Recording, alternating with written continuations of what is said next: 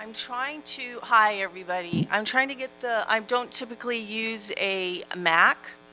So if you could come up here and set it up so that I can see it in speaker mode, that'd be great. Kodiak, right? Thank you, Kodiak.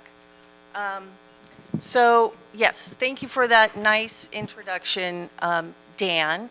And before I proceed, I just wanted to thank Dan for all of the work that he has done for Monterey Bay National Marine Sanctuary and for our area here in protecting our beautiful environment. So let's just give him a round of applause to Dan Hafley. He has been an ocean champion for 4 decades, I believe, and he continues to give to our community. So we really appreciate everything that he's done. So how many of you here are repeat whale festers? A certain number of you, great. I have been presenting here now since I became superintendent 4 years ago. And I often want to start my talk with better. I think that's good. Okay, so you just want this up there? Yeah. Perfect. Right.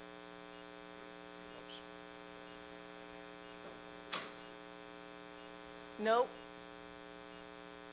Nope. Okay. Right here. This one. Sorry.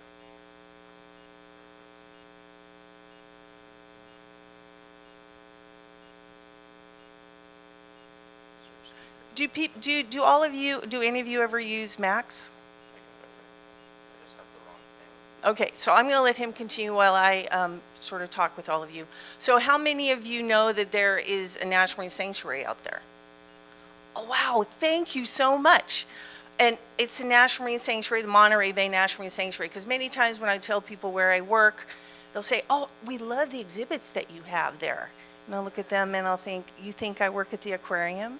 We share a name. So I'm so happy to see that all of you know what the National Marine Sanctuary is, so I'll be able to go through this potentially a lot faster. So, this isn't exactly what I wanted, but I'll live with it. So what are National Marine Sanctuaries? So 53 years ago, the National Marine Sanctuaries Act was passed at the same time as when the Marine Mammal Protection Act was passed in 1972. So in many ways, we matured together with the Marine Mammal Protection Acts. And what makes National Marine Sanctuaries so unique is we provide comprehensive coordinated management, and we incorporate a lot of these other environmental legislations in the work that we do. So we look at clean water, we look at marine mammal protection, we look at the Endangered Species Act, and we try to look at this comprehensively in a particular place. And in our situation, it's the Monterey Bay National Marine Sanctuaries. So what we often say is we're place-based management or ecosystem-based management. We look at the entirety of the ecosystem and not just at the animals and the wildlife in that ecosystem, but we also look at the human connections to those environments, the users, the people that appreciate it, and we try to come up with comprehensive solutions to some threats that are occurring to the ecosystem. So we are areas of the environment with special conservation, recreation, ecological, natural, but also cultural and archaeological treasures. So if you think about us, we're like the national park system for the ocean. And we improve management through research, resource protection, education and outreach, and community engagement. We are one of the few federal programs that has a mandate to do education and outreach, which makes our system very unique. And what we really focus on are establishing those human connections to the environment. So if you look at this, you can see that we're a system of national marine sanctuaries across our nation, and I just want to orient you to what you can see here on this slide. So if you focus on the white dots, those are all the sanctuaries that have been designated. The yellow squares are areas that are being proposed for designation, and the triangles, those are national marine monuments. When I started with national marine sanctuaries in 2008, we only had 12 national marine sanctuaries. Since then, we have grown quite a bit. And you can see here some of those sanctuaries that are being designated. Some of the more recent designations were Papahanaumokuakea, which went from a national monument to a national marine sanctuary designation just this year. We also had the designation of Chumash Heritage National Marine Sanctuary to the south of Monterey Bay National Marine Sanctuary. That happened last year. We also have along the East Coast, we have Mallows Bay, and around the Great Lakes, we established a number of sanctuaries, and those sanctuaries are really focused on shipwrecks. We have shipwrecks too in Monterey Bay National Marine Sanctuary, but I think what we often focus on here at our sanctuary are the natural resources and the amazing wildlife that we have in this area.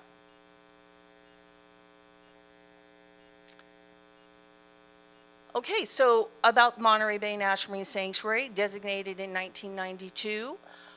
We have a size of 6,000 square miles.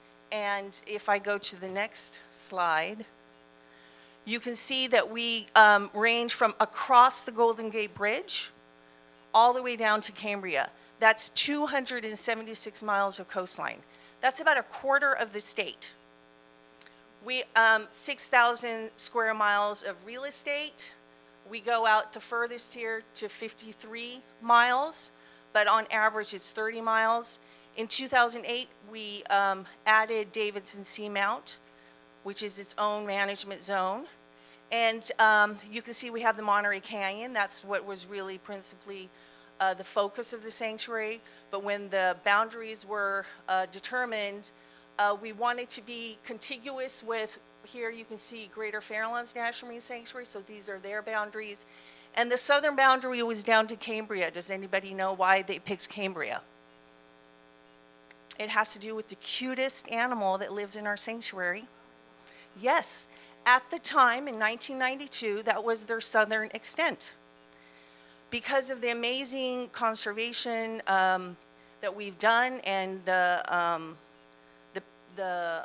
advances that we made with the conservation of sea otters, it goes further south. And there are all the way down to Point Conception.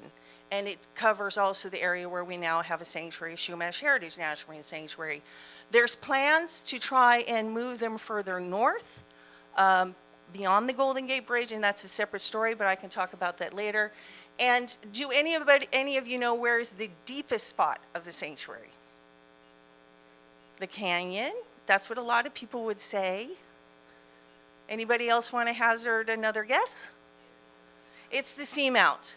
Because if you go further and further off the shelf and into the abyssal plains, on the flanks of the seamount, it goes down to almost 4 kilometers, 3,800 meters. Don't ask me what that is in feet.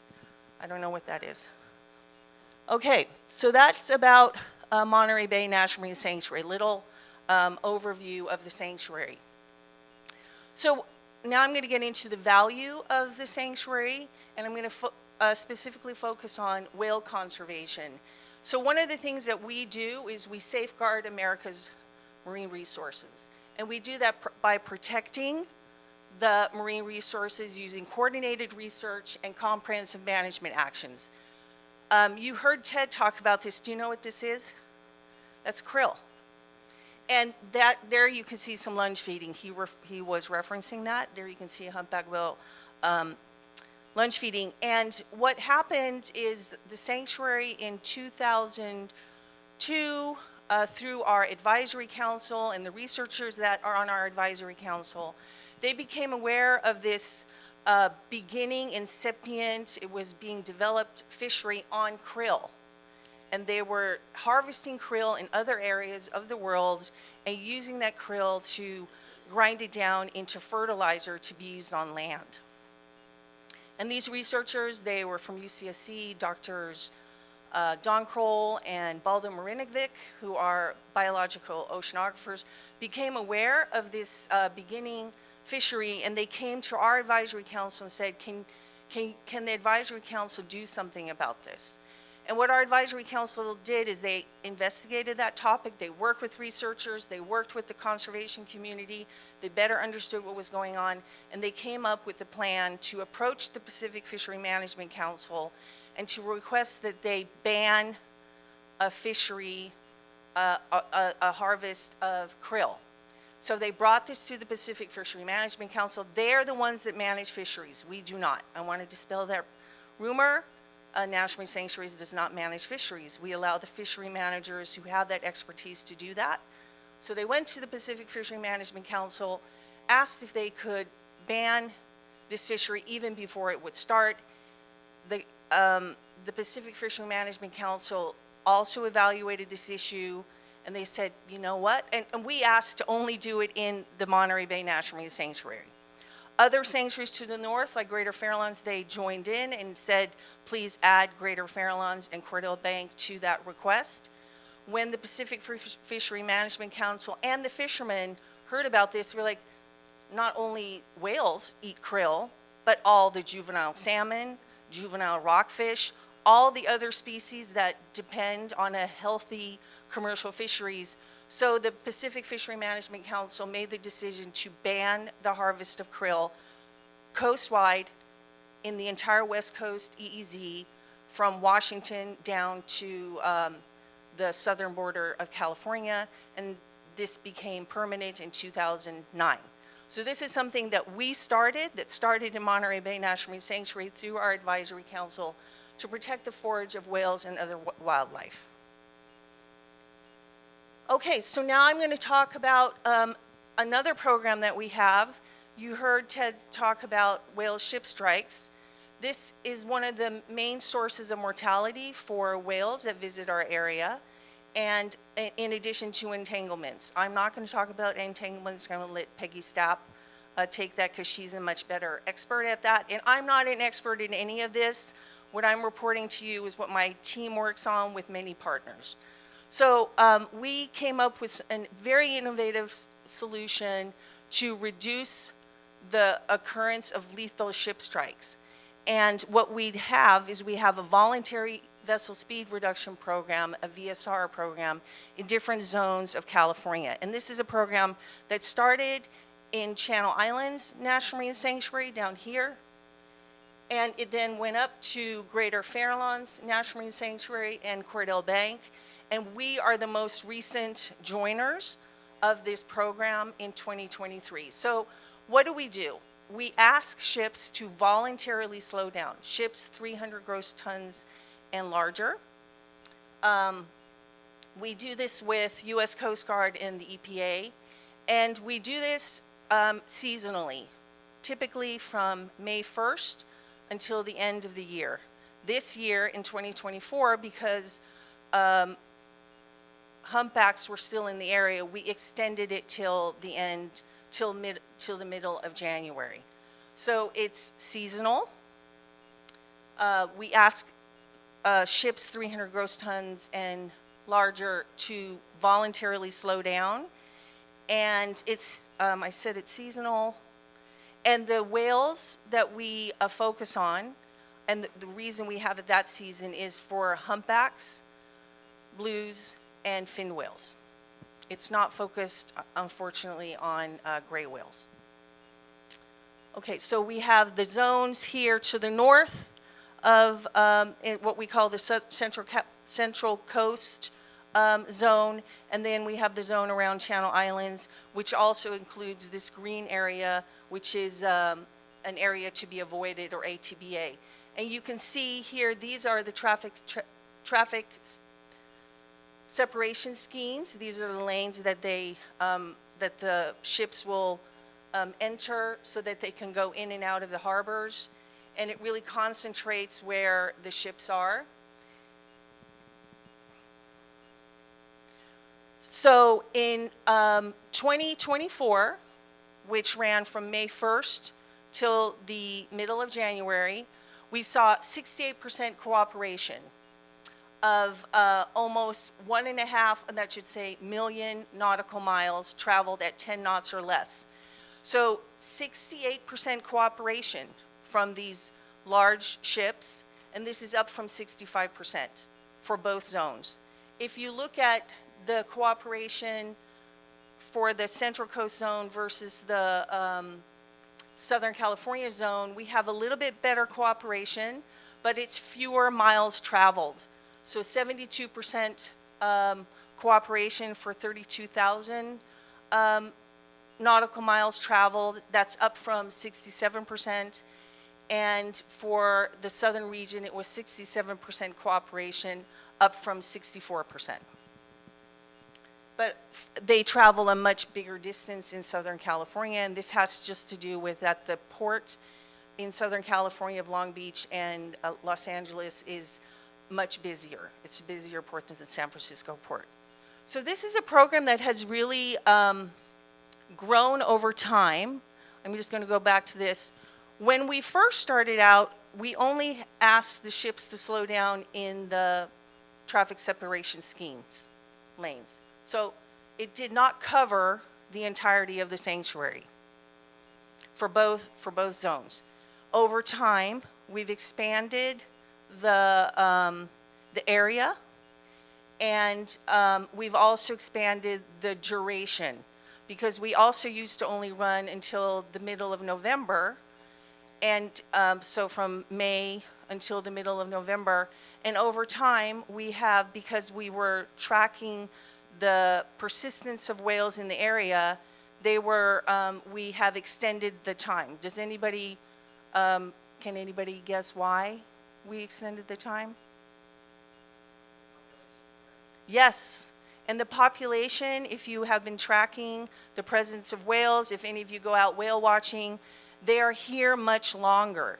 And another way that you can track it is the whales being here is good for whale watching, but it's not very good for the crab fishery. And the crab fishery, their season has become shorter over time because the whales are getting entangled in their gear. When they get entangled in their gear, they have to close down the fishery. So just recently we heard that the crab fishery had to close by the middle of April. So now that I've told you that this program has really changed over time, I wanted to show you how it has changed and how the cooperation has grown over time. And a lot of this comes from just communicating with the shipping companies about this program, because again, it's voluntary. This is not a regulation like what they have on the East Coast for northern right whales, but this is all voluntary. And you can see that the cooperation has really grown over time, and we're very proud of that. One of the reasons it's grown is because we have a very unique partnership and innovative program called Blue Whales, Blue Skies. And this is a program that uses the same voluntary speed reduction zones, but it's a program by which we have a partnership with the air quality districts in California, and different NGOs like Benioff or the California Marine Sanctuary Foundation, and with us as Sanctuaries. And this is a program where we provide incentives to a certain class of vessels, like container ships, car carriers, bulk carriers, and oil tankers. This program has also grown over time. And we originally started out by giving them money if they cooperated with slowing down to 10 knots. Oh, that was something that I didn't tell you earlier, that we asked ships to slow down to 10 knots. Because when ships go slower, you reduce the lethality of a strike. So same program, also requesting ships to slow down at 10 knots, but it's for a certain subset, and we provided incentives to them to slow down. And originally that was in money and in positive press. The money that we could give them, many times this came from the air quality districts, it was a small drop in the bucket compared to what they can make. So many times they would give us the money back. But we continue with the positive press by doing articles in different magazines, in the newspapers, They get awards. It's a very good feel-good program for them that they can talk to their shareholders about too, that they are helping reduce the risk of, or the risk of lethal ship strikes. So this is a program that has also grown over time. And I think that because of this program, we have seen that increase in the other program for 300 gross tons. Does that make sense? Are you tracking what I'm saying? Okay. So again, it's the same zones, same areas, and their tagline, which is a very clever tagline, is cleaner air, safer whales, and quieter ocean. That is why the air districts participate with us in this program, because when ships slow down, they produce fewer harmful air discharges and greenhouse gases. So it's cleaner air, better for human health, safer for whales if you're going 10 knots. And when they're going 10 knots, the ocean is also quieter. And what is unique about this program is they do analysis on the air quality, figuring out how much safer this is for whales, and they're also measuring the sound level in the ocean and how much it is reduced by having ships going slower. So here I can give you some of the statistics. So we have 49 global shipping companies are participating now. In this program, remember, and the other one I showed you that the highest was 72% cooperation. Here we have an overall cooperation rate of 85%. There are fewer ships. It's a subset of the ships that are 300 gross tons and larger, but still 85% cooperation is pretty good. The total distance that they have traveled is also less.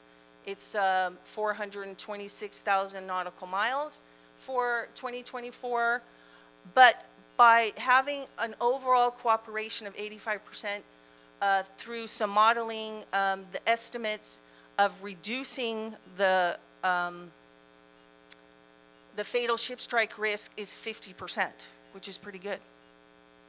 The underwater noise is reduced by 38%, and I think that's 4.8 decibels. And the emissions reductions are 1,400 tons for nitrous oxide, and the greenhouse gas emissions is 49,000 metric tons. So again, the tagline, cleaner air, safer whales, and quieter ocean. Here you can see the participating shipping lines. And this, if you go to their website, and I encourage all of you to do that, it's pretty easy to remember, Blue Whales, Blue Skies, it just pops up. They have these great memes that you can use for social media, and that's another way to get out the positive press. So for what are we doing for this season for 2025? We are starting the season May 1 through December 31st. And if any of you have any eagle eyes, do you see any difference here on the areas that we have? It's still Greater Farallones, Cordell Bank, Monterey Bay National Marine Sanctuary. We have the Southern Channel Islands, but do you see what we added?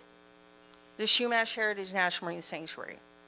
So they are part of the zone where we're asking ships to slow down. And we've already started our planning to begin for 2026.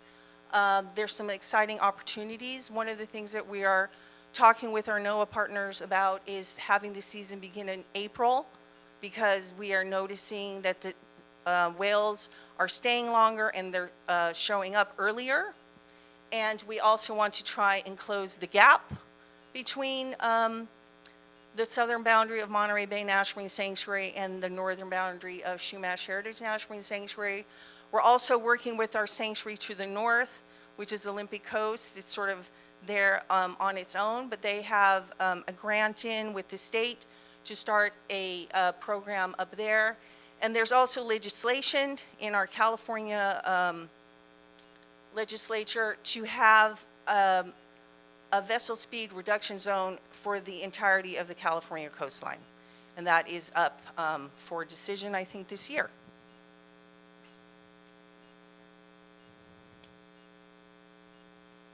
So I think what we are, one of the reasons we say that we're strengthening coastal economies and communities is because this is an example of conservation while still allowing commerce to persist. And that is what we pride ourselves on at National Marine Sanctuaries is we encourage commerce, but commerce that's done in a sustainable way, and we try to come up with innovative solutions like these voluntary programs, not a regulatory one, to have these ships slow down to protect the whales. Because having a live whale is very good for the local economies because of all of the people that come here to watch whale watching or to participate in whale watching or to just see the whales from shore. As you heard Ted say, you can sometimes just look out in the ocean, and I think it gives everybody a bit of a goosebumps when you just see that blowhole, not from close up, but just knowing that they're out there, I think gives people a source of pride, calmness, joy, excitement that we have these gentle giants living in the waters right next to us, and that we can experience that anytime if you're just walking along the shores. But one of the things that has happened here in Monterey Bay National Marine Sanctuary is it's known as the Serengeti of the Sea because of the number of wildlife that come here to feed from all over the world, leatherbacks from Indonesia, the whales that you heard Ted talk about come up from Mexico and Costa Rica, birds from New Zealand. So we've had a number of huge film productions happen right here in Monterey Bay National Marine Sanctuary. There was 2015 Big Blue Live that we did with the BBC. It was a fantastic production. There's also on Netflix the series Our National Parks, which came out in 2022. Super proud that this is about global national parks. 5 episodes. The only ocean episode was completely devoted to Monterey Bay National Marine Sanctuary. And the main message of that program was, this is an area of rebirth. It's an area of hope, because in many instances, when we look at what's happening with nature globally, we see a decline. This is an area where, yes, is it perfect? No, but it's a hope spot. It's a place where we've seen nature rebound, and it's rebound in a place where we have lots of people. And I think that that's also because of the people that live here. They are connected to the resource. They feel very empowered, and we would not have a sanctuary here if we didn't have that very empowered community that lives here that really advocates for ocean protection and ocean conservation. And I think that that's what that film was about. It wasn't just about the wildlife, but it was about the people that made that protection happen. And we have many film productions each year. We issue a lot of permits for those film productions, and those permits are to make sure that as the filming is done, that it's done in a way that isn't harmful to the wildlife. How much time do I have? 10 more minutes for questions. Okay, great. So I still have time. So this is an area where we have lots of recreation and tourism. There's the surfing, there's the diving, there's the, the recreational divers. We have a lot of people that just walk along the beach, people that come here to kayak, people that come here to see the wildlife. So one of our jobs is to teach people how to responsibly do that wildlife viewing, and we have come up with many guidelines, many different kinds of brochures that we share via social media, and that we share with the folks that are the purveyors for that wildlife viewing, like kayak companies. We work a lot with the Monterey Bay Aquarium that have people that come here from around the world to experience the aquarium. And one of the main points that we try to make with this responsible wildlife viewing, and you heard Ted talk about it, is very simple. Just give them space. So when you take that picture, I love what you said. Use a good camera with a photo lens. Don't use your your cell phone. So, because when you use your cell phone, people try to get up too close. If you're using your cell phone, you're too close. Use a good camera. Give them space. Do any of you know how much space you need to give a sea otter? 50 yards. That's 50 lengths of a kayak. We have our T-Motion naturalists out in Elkhorn Slough or out here along the Cannery Row, and this is what we teach people, to give the sea otter space. If a sea otter looks at you, you're too close. With whales, what is the space that you need to give them? Yes, who said that? How did you know that? Thank you. Thank you for you do. T-Motion volunteer. It's 100 yards, which is a lot further. So again, when you go out on a whale watch boat, I love to see that most whale watch vessels around here do follow that. We have guidelines where we ask the whale watch vessels to be all on the same side, to not encircle a whale pod or a single whale. And we work with the whale watching companies and with the kayak companies to disseminate this information about responsible wildlife viewing. We also have our outreach and education programs. Remember, I told you that the National Marine Sanctuaries Act is one of the few environmental acts that has a mandate to do outreach and education, and a lot of that we do via our visitor centers. We have, as you saw, 18 National Marine Sanctuaries and 2 Marine National Monuments, and 12 visitor centers. So 12 visitor centers across all of them. Monterey Bay National Marine Sanctuary has 2. We were one of the first ones to start with the Coastal Discovery Center down in San Simeon, which is just across the way from the entrance to Hearst Castle. And then we have our Sanctuary Exploration Center in Santa Cruz. And I hope that a lot of you have had a chance to go visit the Sanctuary Exploration Center. Both of these centers are free. All of our visitor centers are free. And we believe that having them as free options is a budget, is an option for budget-conscious families that are coming to the area. They might include this in their visits, making them stay maybe a day longer, therefore putting more into the local economy. I recently published, or I'm able to publish a blog in the Santa Cruz Sentinel and the Monterey Herald, and I recently talked about how we contribute to the tourism dollars here. In Monterey County, it's $3 billion last year, and in Santa Cruz County, it's a much smaller county, it was $1.4 billion. And many of those visitors that come here to see the beautiful wildlife and the beautiful beaches that we have that are, I'm always so grateful when I hear people say, the beaches here are so clean compared to other areas, right? And my niece is visiting.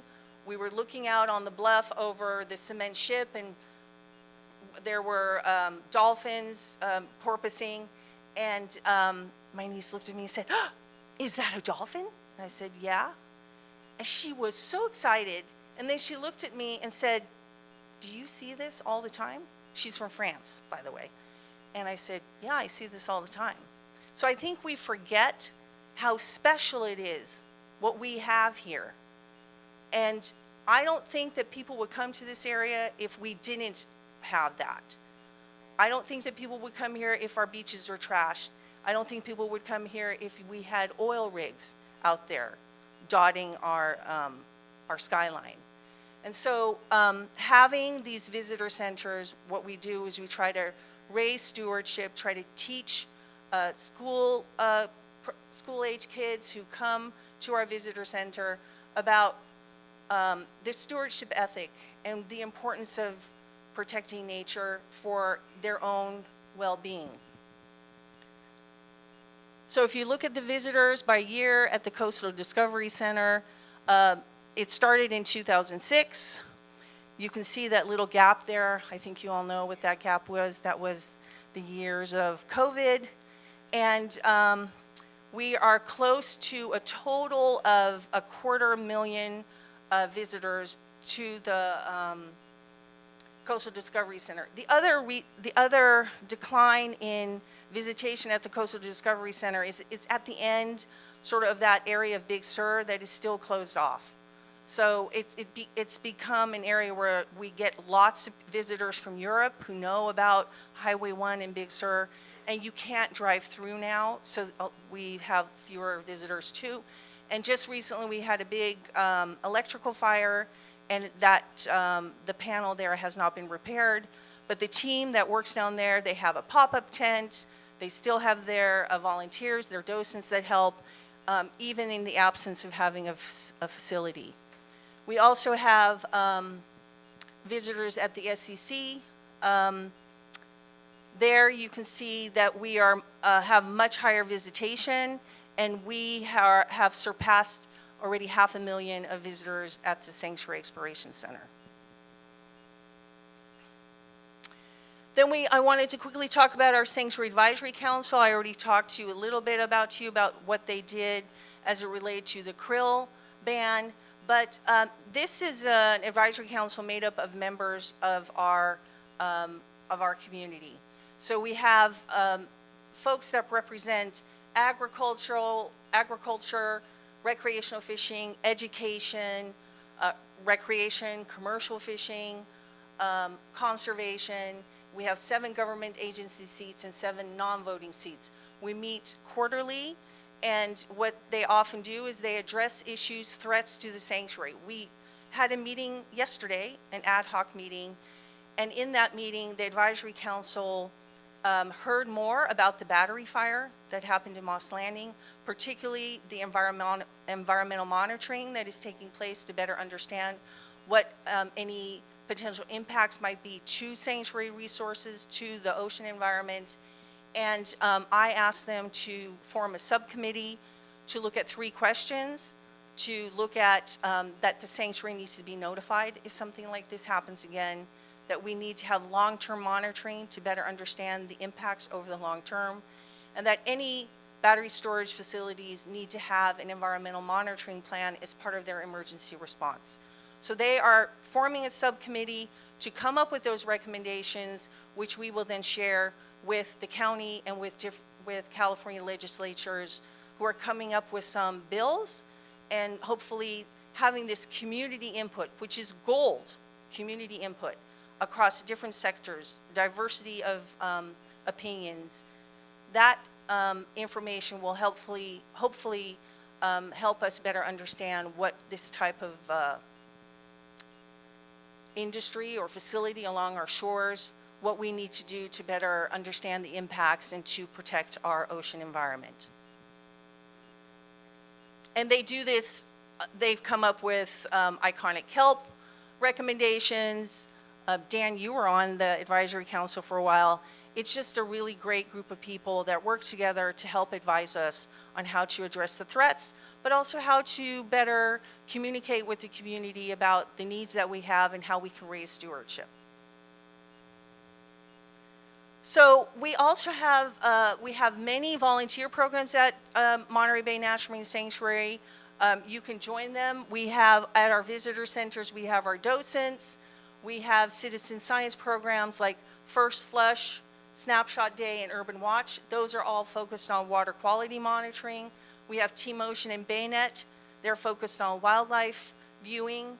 And then we have our advisory council. So if you were to add up all the hours that our volunteers worked, just in fiscal year 24, including the advisory council, we have about 468 volunteers, a huge workforce and dedicated people that are helping us better protect the environment and raising stewardship, almost 11,500 hours, which equates to about $403,000 if we value the volunteer hours that they give us at about $35 an hour.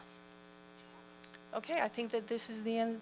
So the most The most valuable, I believe, of the Monterey Bay National Marine Sanctuary is our team, the people that work there. And here you can see the team of Monterey Bay National Marine Sanctuary made up of federal employees, contract staff, and affiliates. We have about 30 people. This was our Christmas card that we sent to people this year, making a splash. And they are really the ones that come up with these very innovative programs. They give their heart to the work that we do, and we are committed to continuing with providing science to base our decisions on, to raising stewardship, and to providing service. Thank you.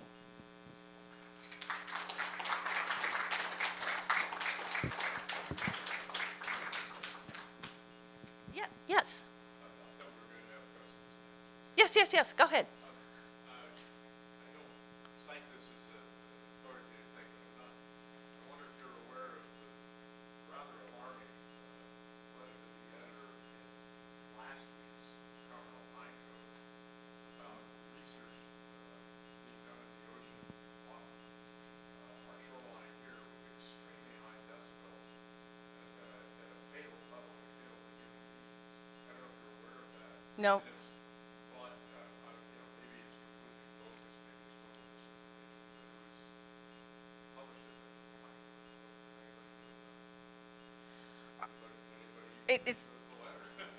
It's not my area of expertise. I do know.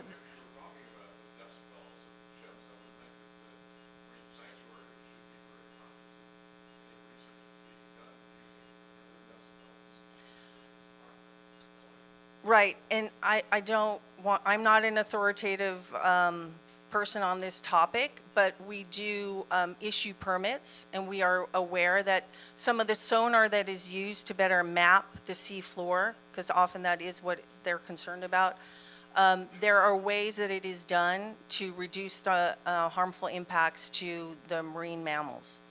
So that's all that I can say about that. Yes, the T-Motion guy. What's your name? Chris. Hi, Chris. Thank you for what you do.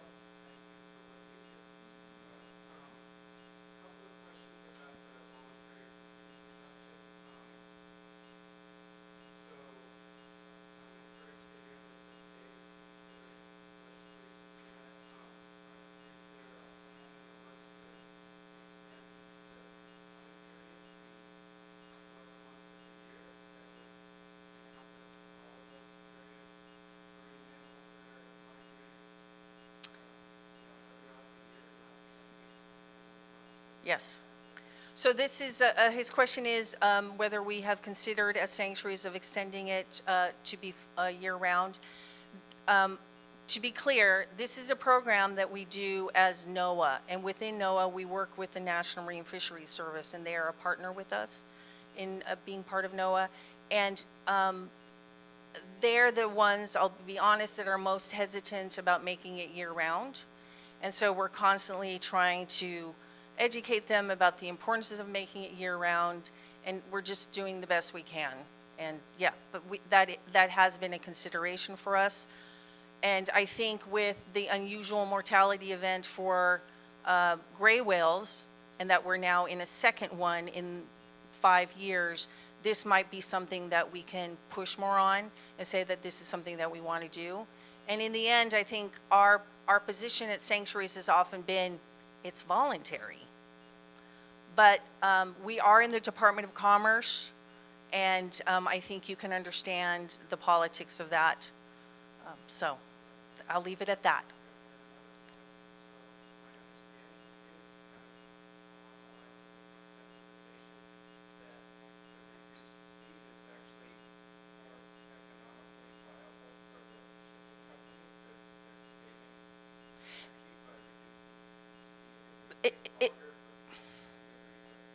Right.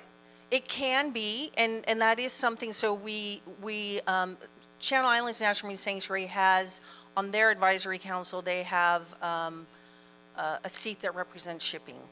And this has been something that it's been an educational process for us as marine resource managers to better understand what are the opportunities and constraints for a shipping company.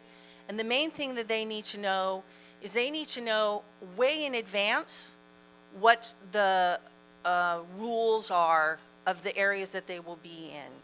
And so that's why when we have a start date in May 1st, we need to know that that start date is May 1st so that we can communicate this to them in April. And they need, because what they need to do is they need to arrange for port access, to have the loading and unloading of by the longshoremen. So there's this whole complicated issue. From the discussions that we've had with the shipping companies, if we can tell them in advance what that is, they can work with us. And many of them, as you see, to have 85% cooperation, I think speaks to their willingness to do this. Good questions. Can I start in the back there and then I'll come back to you? Sorry, okay.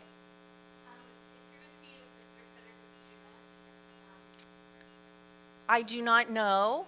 I think if you're following the news and what's happening, I don't know if there's necessarily going to be funding for that in the next couple of years.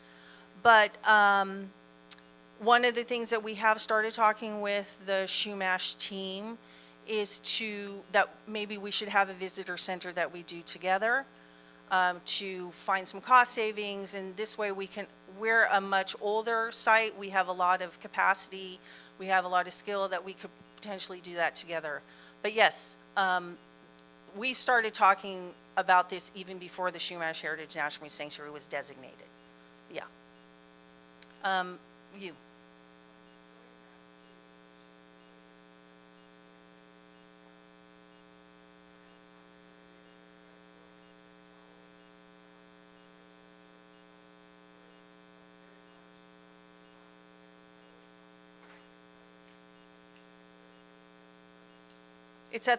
There's a wind farm proposed at the southern boundary of National Marine Sanctuary, of the Monterey Bay National Marine Sanctuary.